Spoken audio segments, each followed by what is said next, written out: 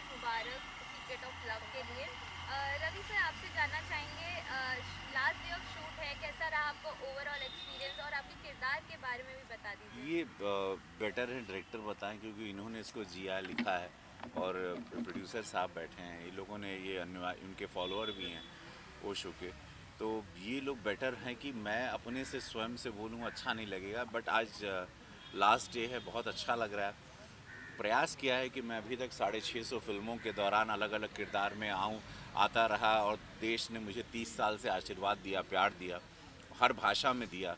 जहाँ भी मैं गया, जो भी भाषा में काम किया मैंने, जिस प्रांत में, तो ये भी था कि जब ये लोग आए तो हमने कहा कि आप हमको क्यों लेना चाहते हैं। तो उन्होंने कहा आपकी आंखें मिलती हैं उनसे। और फिर इनका डायरेक्टर साहब का इनका कुछ थॉट होगा, इन्होंने हमको कन्विंस किया, फिर उन्होंने कहा कुछ कुछ पहलू ये सब नहीं होंगे, और ये अलग यात्रा है जिसको अनटैप किया गया है, जो मध्य प्रदेश से शुरू होती है। तो एकदम इनिशियल डेज जब उनके थे, उसको कोई लोग नहीं जानते, तो इन्होंने उस वाले वक्त को छुआ। ये वो सारी चीज़ें जो बहुत कम लोग जानते हैं, वो पहलू को इन्होंने छुआ, और वो पहलू के साथ इन्होंने कुछ शूटिंग की हमारे साथ। फिर लॉकडाउन आ गया, और वो एक दिन का काम बचा था, और इसके बीच में इन्होंने शूटिंग कुछ की होगी, क्योंकि और भी पार्ट्स करने होंगे।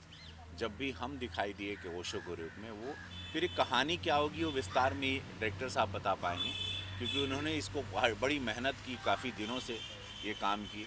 तो मैं चाहूँगा कि आप बोलें। बोलिए बोलिए। सबसे पहले तो एक डायरेक्टर चाहता है कि जिस कास्ट करूँ, ऐसे लोगों को कास्ट करूँ जो जिनके साथ काम करना भी कंफर्ट हो, और लुक वगैरह तो मैटर करता ही है। तो निसंदेह रवि सर का लुक मुझे उसमें मेरे हिसाब से अच्छा लगा, और मुझे लगा कि मैं कंफर्ट रूप से काम भी कर पाऊँगा। इस फिल्म में बेसिकली हम लोगों ने ओशो का बचपन से लेकर के अंत तक, अमेरिका के जर्नी तक, जो भी दिक्कतें आई, जिस तरीके से उनको देखा गया, कुछ लोग उनको सेक्स गुरु बोले, कुछ लोग अमीरों का गुरु बोलते थे, मतलब जितने भी वाद विवाद में फंसे या जो भी था उनका जर्नी, उसको हम लोगों ने एक बारीक ढंग से पिरोने का कोशिश किया है। और सर ने बहुत काफ़ी कोऑपरेट किया, और काफ़ी अच्छा नज़र आ रहा है। बाकी आप फिल्म देखने के बाद चीज़ें पता हाँ, चलेंगी। हमको लगता है कि इस बारे में, इस फिल्म के बारे में, अ, ये देखने वाली फिल्म है कि कैसे हम लगेंगे, वो ज़्यादा लोगों को आनंद आएगा, बशर्ते इसकी पब्लिसिटी हम लोग शब्दों में अभी से करें। ये सरप्राइज़ होगा जब इसका पहला टीज़र आएगा। वो ये शब्दों वाली फिल्म नहीं है कि इसके बारे में बयां कोई कर नहीं पाएगा, क्योंकि ये थॉट है, भाव हैं, और वो भाव अच्छे लगेंगे आप लोगों को, और मेरे फैंस को या मुझे जो चाहते हैं उनको लगेगा कि भैया ने ये भी रोल ईमानदारी से, ये किरदार भी निभाए। तो ये जीना, बहुत लोग कहते हैं ना कैरेक्टर में हम डूब गए या कैरेक्टर में घुस गए, हमको लगता है कैरेक्टर में जीना चाहिए, और वो एक आनंद अलग है। तो अब इतने साल की सिनेमा के छात्र होने के नाते हमको लगता है कि थोड़ा समझ में आ गया कि जिया कैसे जाता है किरदारों को। तो अब वो प्रयास इसमें हल्का किया है, करता रहूँगा। राजनीति के साथ फैंस मुझे देखना भी चाहते हैं, और हमको कभी हमारी पार्टी से कोई बंदिशें नहीं आई। पार्टी के कार्य के वक्त पार्टी के साथ रहते हैं, लेकिन जब हमको लगता है देश को आनंद देना है, या देश मुझे जिस लिए जाना जाता है, या मुझे इतने सारे लाख वोट मिले हैं, 7.5 लाख वोट मिले हैं, तो उसमें सिनेमा बहुत बड़ा, मेरी पहचान यही है।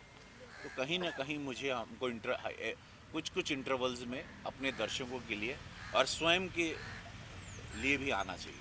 अच्छा सर, रवि, आपकी इस जी। फिल्म के तहत आपको ओशो को एक करीब से देखने का मौका मिला, तो उनकी किन बातों ने आपको प्रभावित किया? अब उनके अंदर का देखिए, उन्होंने खुद को शायद पाया, उनके पास सारे सवालों के जवाब स्वयं के थे, और उन्होंने स्वयं क्रिएटेड एक आंसर बनाया था, जिसकी वजह से उनकी बॉडी लैंग्वेज में इतनी शांति आ चुकी थी।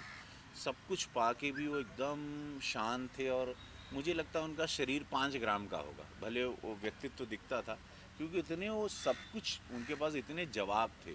तो जीवन, मोक्ष, मृत्यु, जी, हर चीज़ का उन्होंने एक अपना, एक अलग आंसर बनाया था, और उस हिसाब से वो पूरे लाइफ को बड़े ही उत्सव के साथ जीते थे। तो उनकी लाइफ को उन्होंने एक सेलिब्रेशन रखा था, लेकिन बहुत ही काम, जैसे पानी के अंदर एक शांति होती है, जैसे समंदर के नीचे एक शांति होती है, वो व्यक्तित्व मैं किरदार करते हुए जो मैंने महसूस किया, तो मुझे ऐसा लगा कि ये वो वाली उनके अंदर 24/7 एक शांति थी कि जो समंदर के नीचे एकदम शांत होता है, still it's beautiful that way.